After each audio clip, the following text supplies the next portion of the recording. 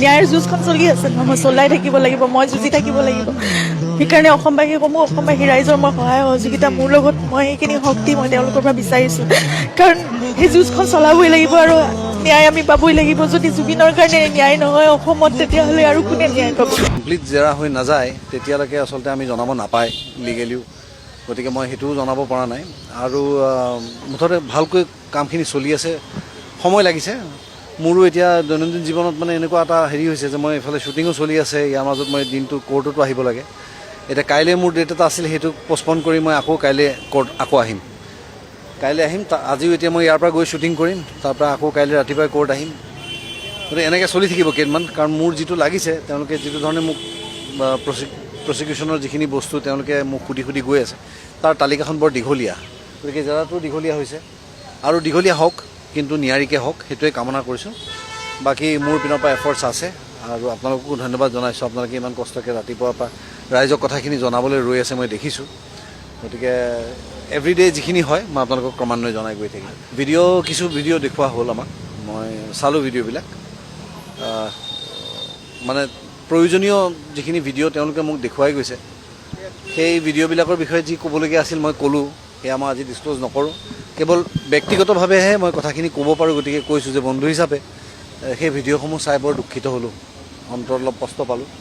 তথাপিও প্ৰচিডিউৰটো আগবাঢ়ি যাব লাগিব, কাৰণ আইনত মানে ইম'শ্যনৰ কোনো ভেলিউ নাই আচলতে। আমি ইয়াত কি তথ্য দাঙি ধৰিব পাৰোঁ, কি কথা মাননীয় আদালতৰ দৃষ্টিগোচৰ হয়, সেইবিলাক কথাহে আচলতে বেছি প্ৰয়োজনীয়। গতিকে তাতেই কনচেনট্ৰেট কৰি এইকেইদিন আহি থাকিম। মই চাগে আৰু কেইবাদিনো আহিব লাগিব। তাৰমানে মই ক'ব নোৱাৰোঁ মোৰ ক্ষেত্ৰত কিয় দীঘলীয়া হৈছে বা অইন সাক্ষীবিলাকৰ কিয় সোনকালে শেষ হৈছে। কিন্তু মোক যিখিনি কথা সুধি গৈছে, মই তাত কোনো ধৰণে সময়ৰ মানে অনাটনৰ কাৰণে মই লৰালৰিকৈ কোনো কথা কোৱা নাই। মই প্ৰত্যেকটা কথা যি ধৰণে মই এনালাইজ কৰিছোঁ তেনেকৈয়ে কৈছোঁ, যি ধৰণে মই অনুভৱ কৰিছোঁ তেনেকৈয়ে কৈছোঁ। আৰু তাত যদি মোৰ ব্যক্তিগত কিবা কথা ক'বলগীয়া আছে, কাৰণ আজি ইয়ালৈ যেতিয়া আহিছোঁ, ডেফিনেটলি এটা ব্যক্তিগত সম্পৰ্ক জুবিনৰ লগত আছে। তাৰপিছত আমি এখন FIR দিছোঁ কাৰণেই মোক মতা হৈছে। গতিকে মই ব্যক্তিগত জীৱনক আজি 33টা বছৰে যি ধৰণে জানিলোঁ, বা তাৰ কোনটো কথা মোক দেখুওৱা কথাকেইটা বা মোক কোৱা কথাকেইটাৰ লগত মিল হোৱা নাই, সেইকেইটা কথাও মই অতি বিতংভাৱে জনাইছোঁ। গতিকে অলপ সময় বেছি লাগিছে। আৰু ফটো আৰু ভিডিঅ' আটাইবোৰ মিলি 800ৰ ওপৰত পৃষ্ঠা, গতিকে সময় লাগিব। আৰু এটা কথা সুধো, এইটো আপুনি কি দৃষ্টিৰে চাইছে নাজানো, যিগৰাকী অধিবক্তাই আপোনাক ক্ৰছ কৰিছে, যিগৰাকীয়ে জেৰা কৰিছে, তেওঁ অসমৰে এগৰাকী অধিবক্তা, অসমৰে জুবিন গাৰ্গক লৈ তেনেধৰণে ক্ৰছ যিখিনি কৰিব লগা হৈছে, আপোনাৰ অনুভৱটো কওক। প্ৰথমতে নলওঁ বুলি কৈছিল। চাওক, ব্যক্তিগতভাৱে কোনে কি ধৰণে চিন্তা কৰে তাত মোৰ কোনো ধৰণৰ জোৰ নাই। আৱেগিকভাৱে আমি অসমীয়া মানুহে যিটো ধৰণে চিন্তা কৰোঁ, তাৰে ভিতৰত ডেফিনেটলি কোনোবা মানুহে প্ৰফেচনেলি অলপমান বেছি মন দিব। গতিকে সেইটো তেওঁলোকৰ চইচ। আমি পাৰ্চনেলি আছোঁ, সেইটো আমাৰ চইচ। যে আমি আমাৰ চইচত থাকিম, তেওঁলোকে তেওঁলোকৰ চইচত থাকক। তেওঁলোকে যিটো শুদ্ধ ভাবিছে, হয়তো তেওঁলোকৰ দৃষ্টিত শুদ্ধ, আমাৰ দৃষ্টিত আমি কৰি থকাটো শুদ্ধ। গতিকে মই এতিয়া এনেকৈতো ক'ব নোৱাৰোঁ যে কোনো উকিলে কেছ নলওক। কিন্তু মই ক'ব বিচাৰিছোঁ যে যিটো কথা হয় আল্টিমেটলি, তেওঁলোকে যেন আইনৰ সুৰুঙা বিচাৰি যেন উলিয়াই দিবলৈ চেষ্টা নকৰি যদি অন্ততঃ সঁচা হৈ থাকে, তেতিয়া অন্ততঃ মোৰ এটা মনত ছেটিছফেকশ্যন থাকিব। ডেফিনেটলি মই আশা কৰোঁ। সেইকাৰণে ফাষ্ট ট্ৰেক এটা কোৰ্ট তৈয়াৰ কৰিছে আৰু মাননীয় আদালতে ইমান সময় তেখেতে নিজেওতো বহি আছে। গতিকে মই ভাবোঁ যে ফাষ্ট ট্ৰেকৰ এই কথাটো মানে বৰ প্ৰয়োজনীয় আছিল, আৰু হৈ যে আছে তাৰ কাৰণে মই কৃতজ্ঞ তেওঁলোকৰ ওচৰত। আৰু এটা কথা, সৰু কথা, যে আপোনাৰ ইয়ালৈ এতিয়া আপুনি কৈছে আৰু কেইবাদিনো লাগিব জুবিন গাৰ্গৰ ক্ষেত্ৰত সাক্ষ্য দিবলৈ অহাৰ কাৰণে। আপোনাৰ ব্যক্তিগতভাৱে যথেষ্টখিনি সময় দিব লগা হৈছে, আপোনাৰ ব্যক্তিগতভাৱেও লোকচান হৈছে। তথাপিতো জুবিন গাৰ্গৰ কাৰণে মই এইটো লোকচান বুলি নধৰোঁ বাৰু, ঠিক হয়। গতিকে আহি থাকিম, আৰু যদি আৰু লাগে 10-15 দিন মই আহি থাকিম, মোৰ কোনো আপত্তি নাই তাত। গতিকে আদালতেও সময় দিছে আমাক, আদালতেও সুন্দৰভাৱে আমাৰ কথাখিনি শুনিছে।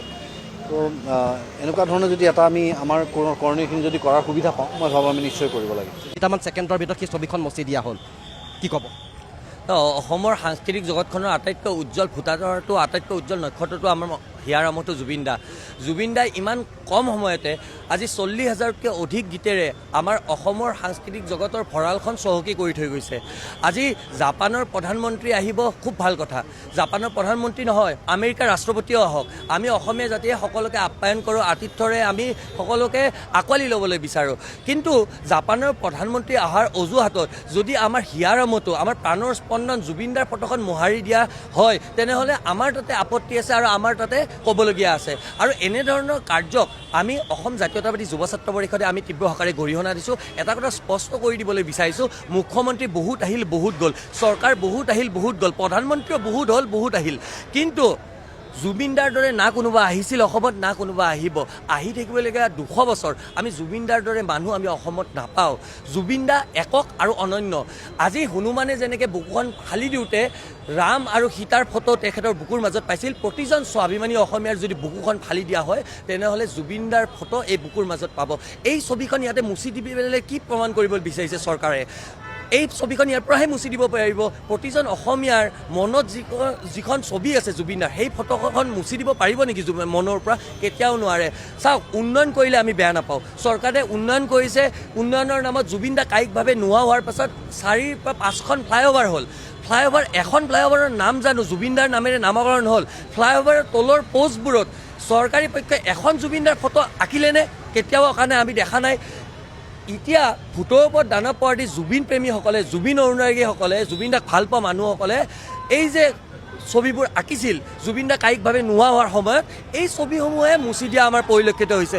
এনেধৰণৰ কাৰ্যক আমি তীব্ৰ আকাৰে গৰিহণা দিছোঁ, ধিক্কাৰ দিছোঁ। আৰু অনতিপলমে এনেকুৱা ধৰণৰ কাৰ্য সংঘটিত কৰা যোনে কৰিছে, যাৰ নেতৃত্বত হৈছে, তেখেতক কৰায়ত্ব কৰিব লাগে আৰু চৰকাৰে ৰাজহুৱাভাৱে ক্ষমা খুজিব লাগে এইবোৰ ক্ষেত্ৰত। আৰু ইমান পুৰণা ফটো এখন ইমান ধুনীয়াকৈ অংকন কৰিছে, এইখন হিমন্ত বিশ্ব শৰ্মাই অংকন কৰি দেখাওক প্ৰথমতে। আৰু এইখন ছবিখন যেতিয়া আচলতে আঁকিছিলে, আমি আছিলোঁ এখন প্ৰথম, যেতিয়া দাদাক আমি হেৰুৱাইছিলোঁ, প্ৰথম খবৰটো আমি আচলতে গম পাইছিলোঁ, তেতিয়া এই ছবিখন আচলতে কাম কৰা হৈছিলে। আৰু আজি এই ছবিখন গণেশগুৰি এখন চহৰৰ পৰা আচলতে ছবিখন মোহাৰি থৈছিলে। আচলতে ইয়াতকৈ আৰু অসমীয়াৰ বাবে আচলতে মই ভাবোঁ যে ইয়াতকৈ ডাঙৰ দুখৰ কথা নাইকিয়া। আচলতে জুবিন গাৰ্গক আচলতে আকৌ এবাৰ যে হত্যা কৰিছে, তেনেজন আমাৰ আকৌ অনুমান হৈছে মানে।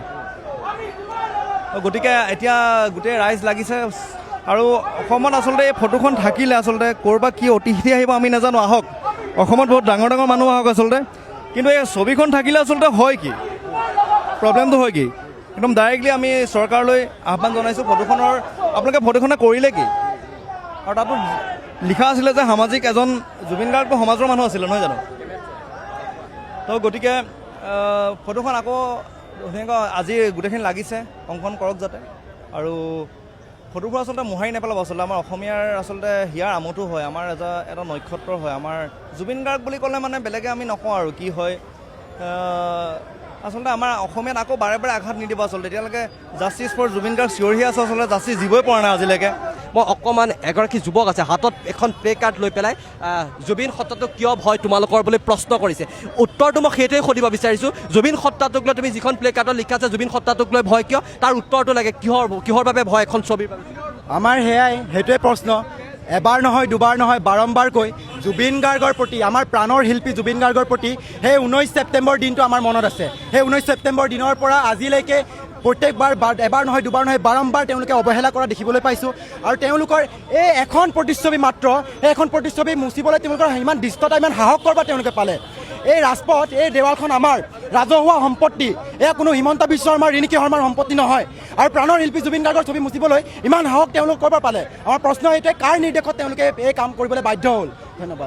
আজি আৱেগক হত্যা, স্বাভিমানক হত্যা, আজি আমি ওলাই আহিছোঁ সকলোবোৰ, আমি মাত মাতি যাম, প্ৰতিজন অসমীয়াই থিয় হ'ম।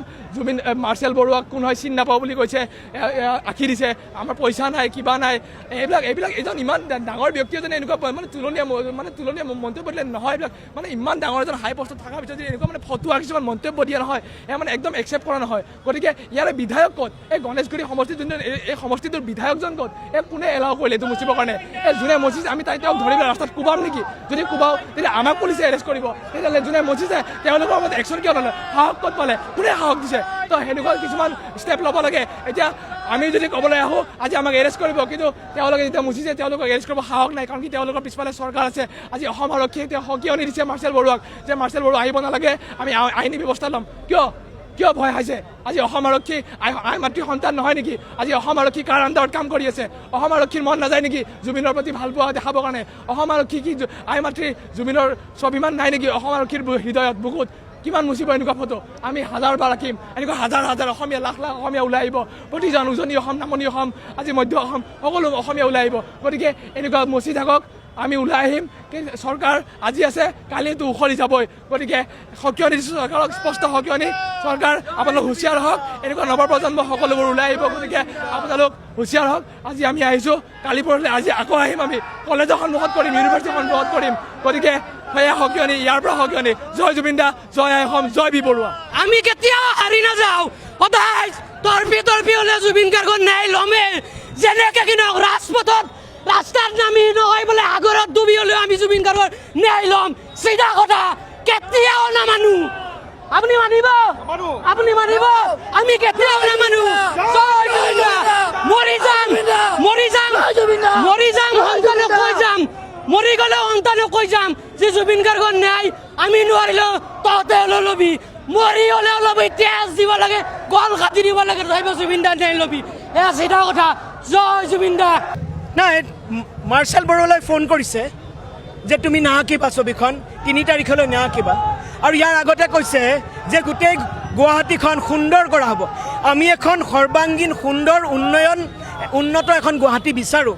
কিন্তু এই ছবিখনে গুৱাহাটীৰ উন্নয়নত কি বাধা প্ৰদান কৰিলে? এই ছবিখনে গুৱাহাটী কি লেতেৰা কৰিলে? এই ছবিখনে কি গুৱাহাটী অশোভনীয় কৰি পেলালে, কি কদৰ্য কৰি পেলালে? এই ছবিখনে আমাৰ গৌৰৱ বৃদ্ধি কৰে, কাৰণ এইখন জুবিনদাৰ ছবি। আৰু জুবিনদাৰ ছবি আজি মচিব পাৰে, কিন্তু এই ছবি আমাৰ সকলোৰ হৃদয়ত আছে। আৰু এতিয়া সকলো বাধা নেওচি মাৰ্চেলে পুনৰ ছবি আঁকিছে। আমি মাৰ্চেল, তুমি ছবি আঁকি যোৱা, আমি তোমাৰ কাষত আছোঁ। এই কথা আমি মুকলিভাৱে কৈছোঁ। এই ছবিত থাকিবই লাগিব।